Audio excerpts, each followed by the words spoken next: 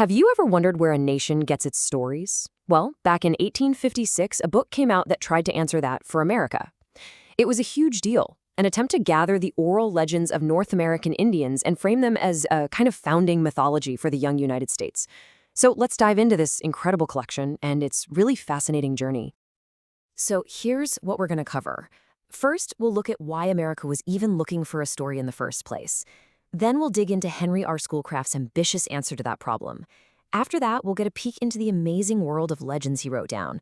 We'll see how that book inspired a true American epic, and then we'll wrap up by talking about its complicated and honestly pretty challenging legacy.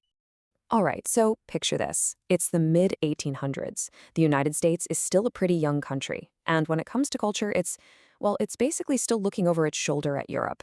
All the great art, the poetry, the big stories, they all felt like they were rooted in traditions from England, Italy, Greece, and Rome. But a new question was starting to bubble up. Yeah, exactly this. Where does a new nation find its own myths? Where were America's epics, its unique heroes and legends that felt like they truly came from its own soil, its own people? You could feel this growing hunger for a literature that was truly 100% American. And, the author at the heart of our story, Henry R. Schoolcraft, he just nails the feeling of the time with this quote. He's basically saying, look, we've been borrowing from the old world for long enough. Isn't it time we found something new? He was on a mission to find a fresh source of inspiration, something that could set American literature free. And he was absolutely convinced he had found the answer. In 1856, he drops this book, The Myth of Hiawatha. It's a collection of stories he gathered while he was working as a U.S. Indian agent up in the Great Lakes region. And he didn't just present it as a collection of folktales, he presented it as the source material for this new American mythology. His mission, at least as he stated it, was really clear. He wasn't trying to be an author inventing new stories. Nope. He saw himself as more of a transcriber, a kind of channel for what he believed was the genuine, authentic voice and imagination of the native peoples he lived among. And this is so interesting, the way he frames it. He uses that word, transcripts. He really wants the reader to feel like they're getting the stories pure, unfiltered, straight from the source. He's saying, hey, this isn't my interpretation, this is the real deal. So you see, for Schoolcraft, this was way more than just entertainment. He saw this collection as a window into an entire worldview, a way to understand, as he puts it, the interior man, to really get at the secret workings of a culture's heart and soul. What do people believe? What do they fear? It's all in the stories. But, and this is a really important but, there's a bit of a twist. Right in his own introduction, Schoolcraft admits that he's also an editor. He says he cut certain passages to avoid what he called tediousness or things he found too vulgar. Now, he insisted he never added any new events, but this tells us something crucial. Even though the stories came from an oral tradition, we are still reading them through his very specific 19th century filter. Okay, so let's shift gears and actually look inside the book. What kind of world do these legends describe? Because let me tell you, it is a world just bursting with magic and power and incredible personality. I mean, just look at this lineup. The pages are absolutely crawling with supernatural beings. We're talking about giants and magicians, powerful spirits and clever tricksters, demons, sorcerers, the whole 9 yards. It's this universe of massive imagination, with epic conflicts and beings that can walk between the spirit world and our own. At the very center of many of these tales is this figure, Manabozho. He's a powerful hero, but he's also a trickster. For example, in one story, he tricks a bunch of birds into dancing with their eyes closed so he can snatch them for dinner. Well, one duck figures it out and starts to fly away, so Manabozho gives him a swift kick, and the legend says that's why the diver duck has a flat back to this very day.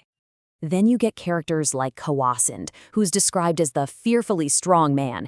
He's so incredibly strong that one day his mom asks him to wring out a wet fishing net. He just gives it this easy little twist and snap! He wrings it clean in half, accidentally revealing his secret power to everyone. But it isn't all about tricks and superhuman strength. There are these beautiful, romantic quests, too. Like the story of a young man who follows this magical red swan. He has to go through all these impossible trials, all to win the heart of a powerful magician's daughter. And on top of all that, so many of these stories are really allegories that explain the natural world. Mandamin is this incredible story about how corn came to the people through a young man's spiritual wrestling match. And Paboan and Siguan is this beautiful tale that personifies the yearly battle between winter and spring. Now, these stories were obviously amazing on their own, but when this book was published, it had this massive, almost immediate cultural impact. It was a really, really big deal. And the biggest clue is sitting right there on the dedication page. Schoolcraft dedicates the entire collection to probably the most famous American poet of the time, Henry Wadsworth Longfellow. And this was no accident. This was like a direct passing of the torch. Here's why. Just 1 year before Schoolcraft published this collection, Longfellow had released his monster hit epic poem, The Song of Hiawatha. And where did he get his material? He drew heavily on Schoolcraft's earlier research, taking the legends of that trickster figure Manabozho and transforming him into the noble, heroic Hiawatha, the star of a brand new American epic. And Schoolcraft lays it all out right in that dedication. He's praising Longfellow, basically saying, "You did it. You proved my point." He says that Longfellow showed everyone that this native lore was one of the true sources for an independent American literature. For Schoolcraft, this was mission accomplished. So, how should we think about this book today? You know, its legacy is both incredibly valuable and, frankly, deeply complicated. It's a landmark work of preservation, but its preservation seen through a very particular historical filter.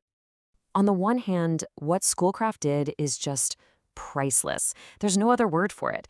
He documented a huge body of stories that could have easily been lost to time.